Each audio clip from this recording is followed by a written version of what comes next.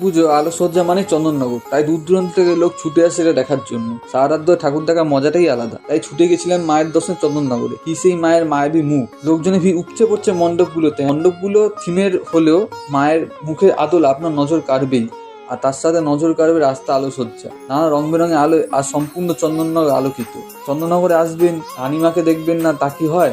সাথে মেজমাতা আছেই।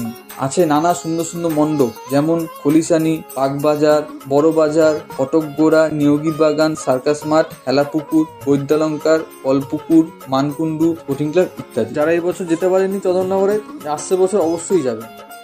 এইভাবে ঘুরে ফিরে আনন্দ করে কেটে গেল 4 দিন। আজ মায়ের মর্তলোক থেকে দেবালোকে ফেরার পালা। মায়ের যাওয়ার রাস্তা আলোকিত করার জন্য আর সুসজ্জিত করার জন্য নানা গাড়িতে আলো দিয়ে সাজানো হয়। আর ভোর রাত থেকেই রাস্তা আলোগুলো খুলে নেওয়া হয়। যারা এই টাইমে দোকান দেন তাদেরও আজ বাড়ি ফেরার পালা। আবার 1 বছর অপেক্ষা, আসছে বছর আবার।